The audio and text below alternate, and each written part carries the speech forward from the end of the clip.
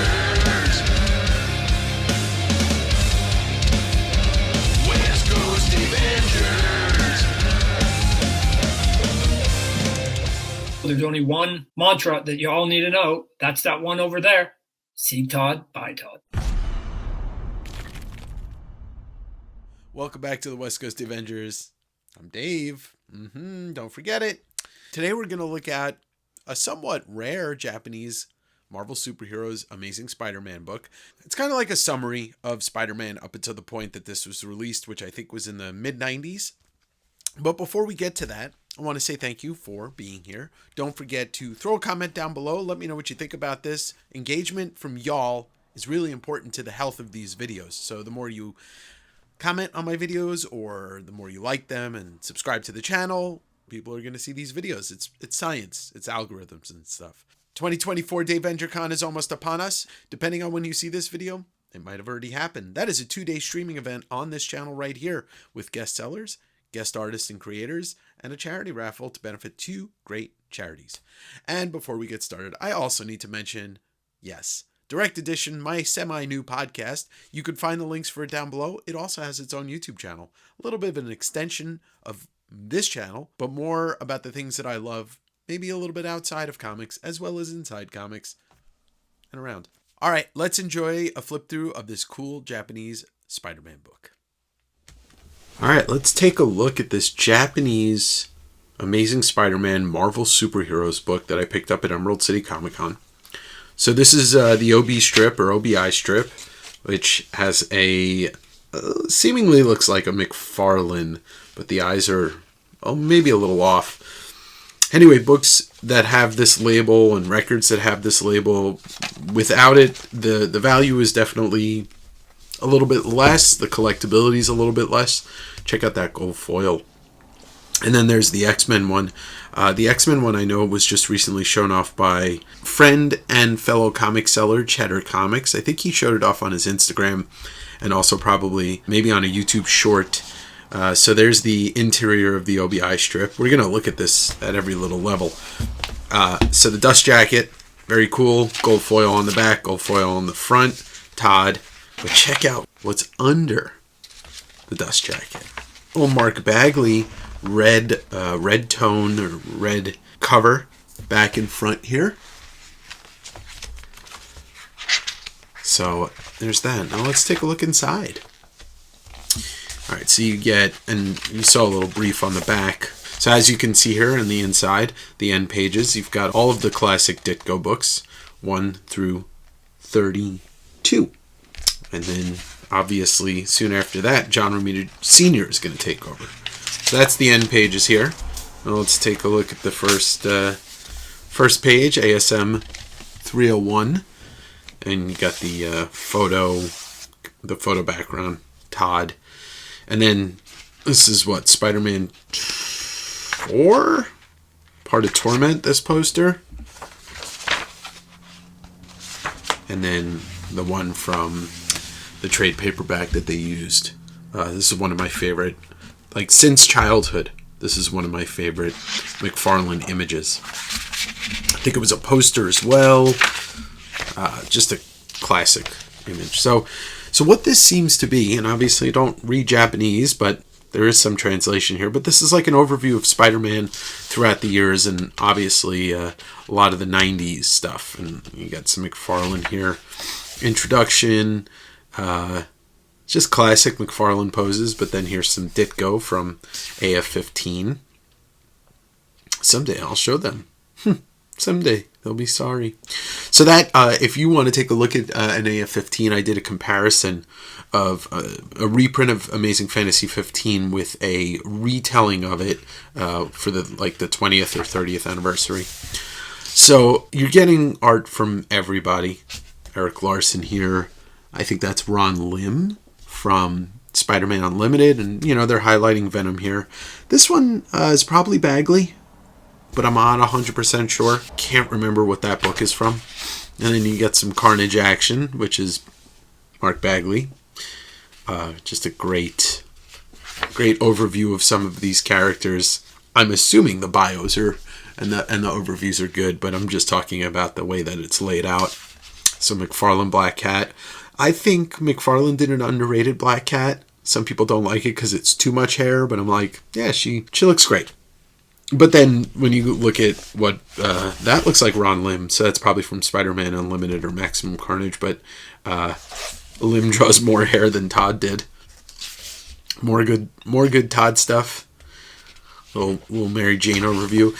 Maybe we could take a look here, but I'm assuming this is a book from the 90s because they are heavily focusing on 80s and 90s Spider-Man art. It's the cover for, 317? Green Goblin, Hobgoblin. There's John Romita Sr., Spidey. I'm not sure on the Hobgoblin there. Erik Larsen, Kingpin. Built like a house. So goofy, but I love it. It's the best thing about comics is how, one artist can interpret a character in one way and another artist can interpret a character another way. See, there's your Erik Larsen Doc Ock and your Todd McFarlane Doc Ock. Oh, that's a great Craven.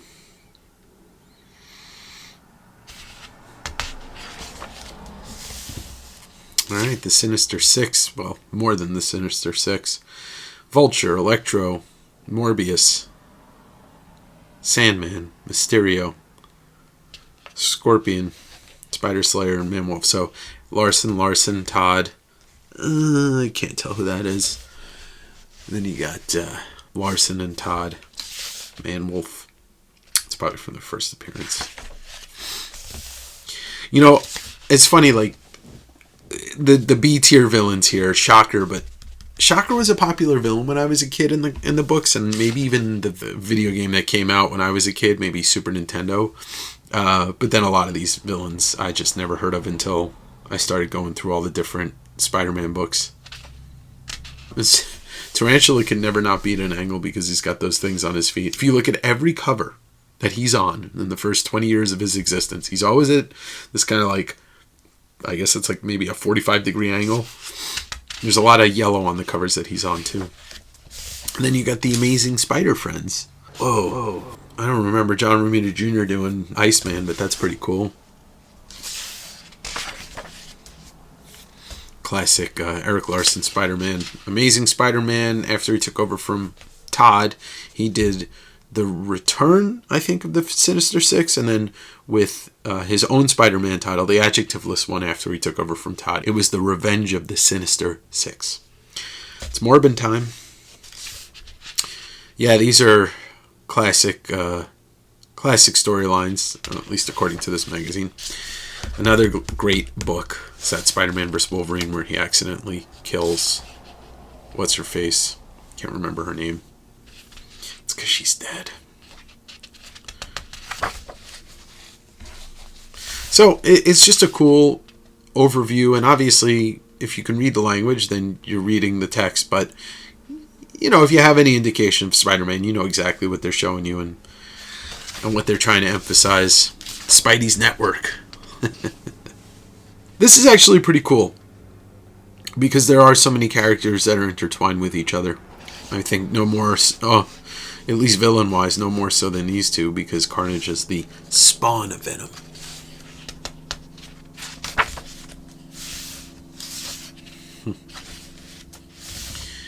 The death of Gwendolyn.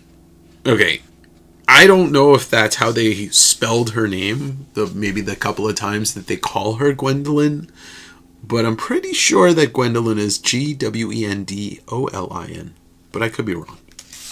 So then you've got, in the middle of this, some Japanese Spider-Man manga.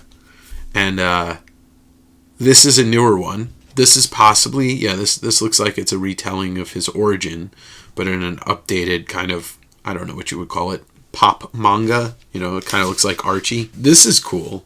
I'm not sure what this is supposed to show, but if you want to use the Google Translate, I will hold this here, and you can pause it. And then when he gets his powers. But this is a pretty interesting retelling of AF-15.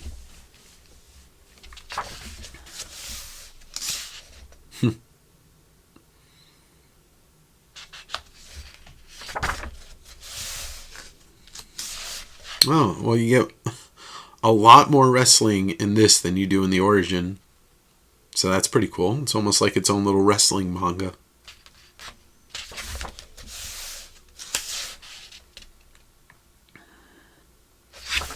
And there he is. It's pretty beefy. I think his shoulder might be dislocated there. So as soon as he becomes Spider-Man, it goes to this Blue Tone comic, which is pretty cool.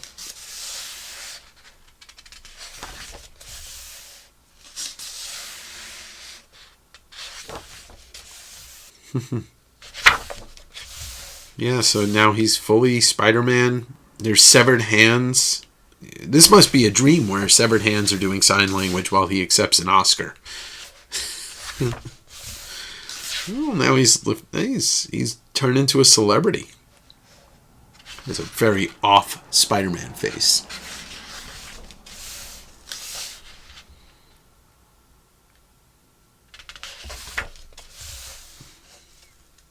And this is where he comes home to find that Uncle Ben has been murdered because he was off being a celebrity, I guess.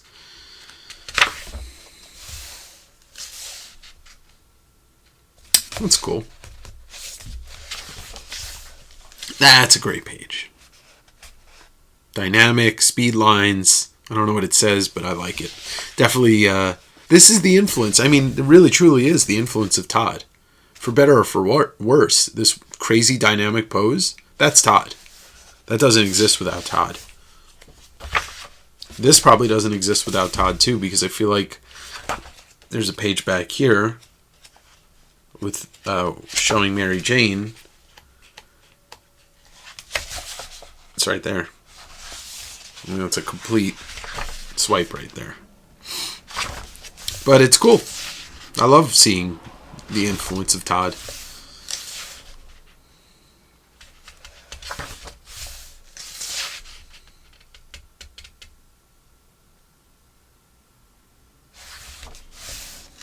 Oh, this is really cool. Very, like an homage to Ditko. Ditko did this with Spider-Man a lot in those first 30 issues.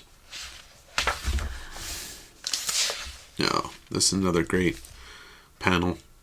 Half splash. What have I done? What have I done? Yeah, he almost killed him. And it's not what Uncle Ben would have wanted.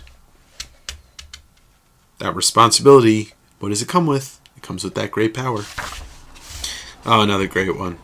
So, it's pretty cool. So, you get the history of Spider-Man, the rundown, all the different art. Then you get a manga inspired AF-15 retelling. And then we get a guide to Spidey's comics. And at the time, yeah, so you definitely know that this was in the early 90s.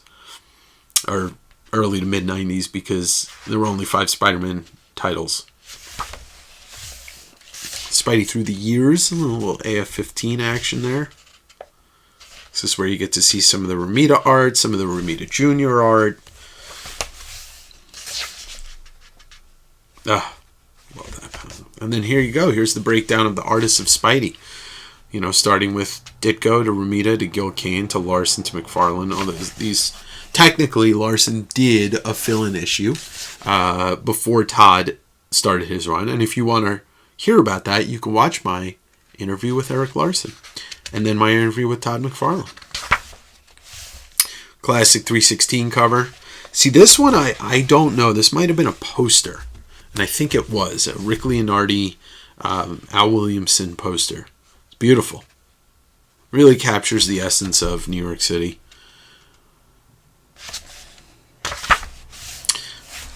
There's a famous one, Mobius. And then you got Todd. That's from Spider-Man 6 or 7. I think that's 6. And then we get some of the dynamic Erik Larsen stuff. And I absolutely love Erik Larsen. I think Erik Larsen, it's really tough for me to pick like certain aspects of Erik Larsen that I think are better than Todd. But overall, obviously, I love Todd's run a little bit more. But, you know, like the shredded clothing, the damage that he would do to Spidey, and the glass and all that was just fantastic. Now, check this out. All right, so I used to have one of those. I've never seen that. These, you don't really see that often. The toys were great, and some of these shirts, worth hundreds and hundreds of dollars now. There's some of the pins, the Planet, I think it's Planet Studios or Planet Comics, I forget what they were called. You can see some of that stuff. Must be a puzzle. These bags are fantastic. I bet, I don't remember seeing these in the States, but maybe they were. The neckties. Spidey in the news. Stan Lee wrote a thing. You know, I use quotes because, you know, all they have to do is put Excelsior, and it's written by Stan Lee. Some great Mark Bagley pieces here. Oh, these are the credits at the end. And then, so the end pages are more classic covers. So you're getting 270 through, was that 319? And then, you know, here's all your classic McFarlane books. And that's it. That's the book. Very cool. I'm glad that I picked this up, and I don't know when you guys are going to see this, but I may have another one or two on the way. But that is this Japanese, was it Shogakukan? I don't know how to say that. But this pretty cool book, and like I said, there's an X-Men one. I hope you enjoyed this little flip through. Thanks for watching, friends. That was a lot of fun. I hope to do more of these kind of flip-throughs on the channel, trying to get as many of you to enjoy all the aspects of the things I do here, interviews, flip-throughs, and then obviously, you know, your comic unboxings and all that. So thanks for watching. Don't forget to hit the subscribe button, the like button. But before you go, a little bit important update. I am nearing 4,000 subscribers, and you know what I'm decide to do? As soon as I hit 4,000 subscribers, I'm going to give away one of these books. This one doesn't have the OB strip, but it's going to be free, so can you really be upset about that? So once I hit 4,000 subscribers, which I'm about 150 away, the next Wednesday sale that I do, I'm going to give this away for free. You don't have to buy anything. You just have to be a subscriber and have to be there when I do the giveaway. So thanks for watching, and don't forget, Spider-Man, Spider-Man, Japanese Spider-Man. I don't know. Bye-bye. With great power comes great responsibility. Well, rah, rah, rah.